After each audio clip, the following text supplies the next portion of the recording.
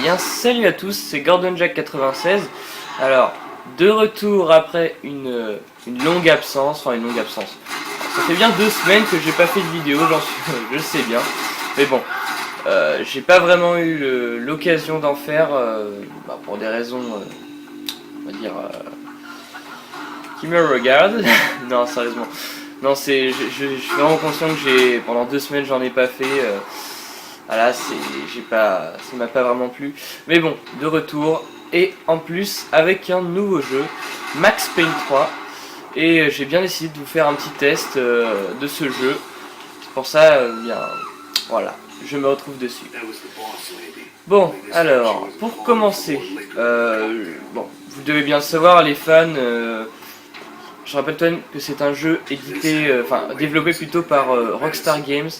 Au départ, ce jeu a été fait par Remedy, les mecs qui ont fait Alan Wake, pour la petite info.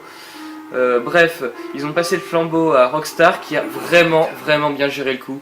Ils nous ont pondu un bon petit Max Payne qui n'a vraiment rien à envier à ses prédécesseurs. D'autant que ce troisième opus ne dénature pas du tout, mais alors pas du tout les 2 premiers. Rockstar a extrêmement bien gardé l'esprit de Max Payne, l'origine. Franchement, les fans s'y retrouveront. Alors que moi, en l'occurrence, je vais vous avouer que c'est le premier auquel je joue. Il m'avait vachement attiré, d'autant avec la bande-annonce que j'ai aussi regardé un peu de vidéos de gameplay. Et puis je me suis dit pourquoi pas, et vraiment, je n'ai pas regretté ce choix, parce que franchement ce jeu est une tuerie que je vous conseille vivement. Vous ne serez vraiment pas déçus.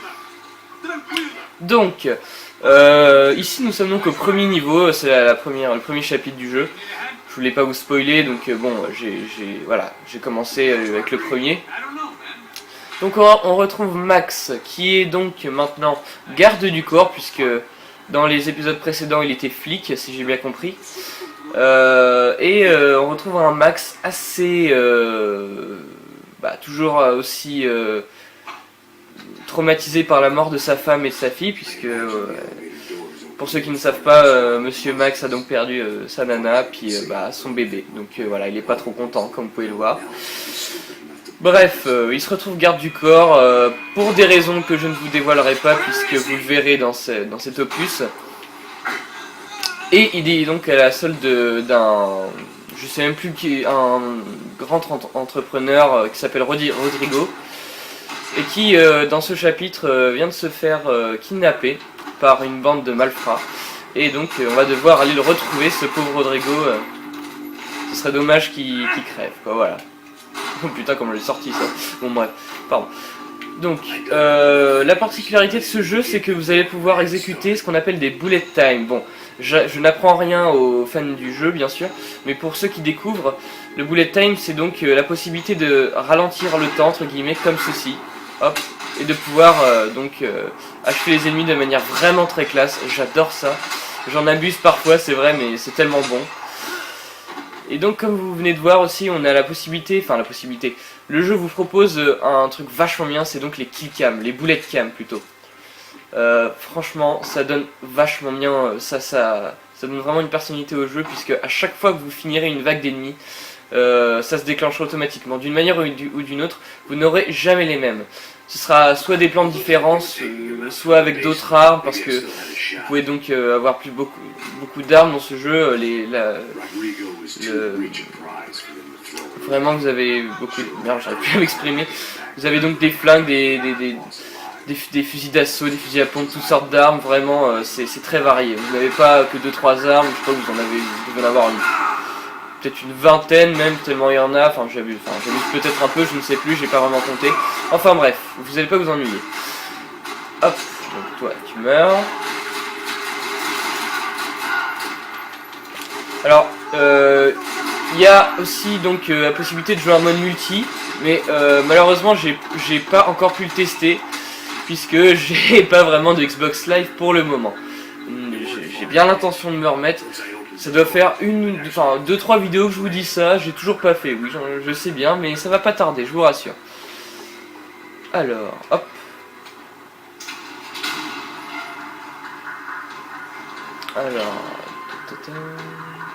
Alors, je précise que moi j'ai fini le jeu personnellement. Quand vous avez fini l'histoire, il y a tout de même des petits trucs à trouver, comme par exemple des indices. Vous voyez, examiner la photo. Vous en avez à peu près, allez, je dirais, bah ça dépend en fait. Au début là, je crois que vous en avez 2-3. Alors attendez, juste vous montrer ça. Voilà, vous avez des objets à ramasser. Vous avez des indices, donc dans ce niveau il y en a 2, dans le premier niveau.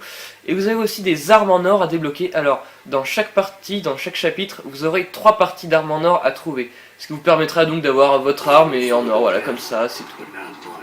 Moi je les ai pas toutes pour l'instant, mais ça ne serait tardé, je vous rassure, parce que je compte bien toutes les trouver.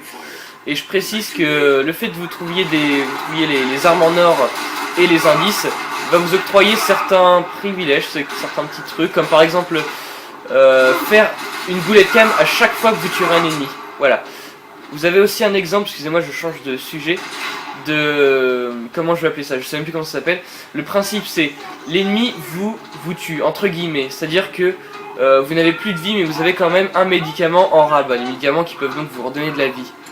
Si cela arrive, au lieu que vous creviez, vous avez un bullet time qui se déclenche et qui va en fait vous donner une seconde chance de pouvoir revivre. Et en fait, vous allez devoir rendre la balle à votre assassin en fait. Ce qui va vous permettre donc de déclencher le médicament et de pas vous faire tuer quoi en fait. Et c'est plutôt pas mal franchement, au lieu de crever comme une merde, c'est pas mal. Voilà. Alors, vous pouvez ralentir les actions, les bullet cam. Vous voyez là, j'appuie sur A pour ralentir l'action, hop, et là j'arrête d'appuyer.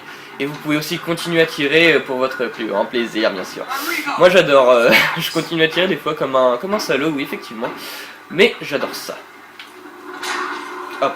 Donc le pauvre Rodrigo, il est un peu désorienté là, parce qu'ici on lui a foutu un sac sur la tête. Hop, on va essayer de le sauver quand même. Voilà. Et toi, petit headshot pour finir, pour votre plus grand plaisir, c'est parti. Ah, j'adore ça, franchement. Voilà.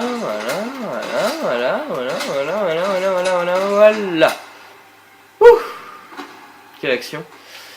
Bon, voilà. Mais oui, c'est bon.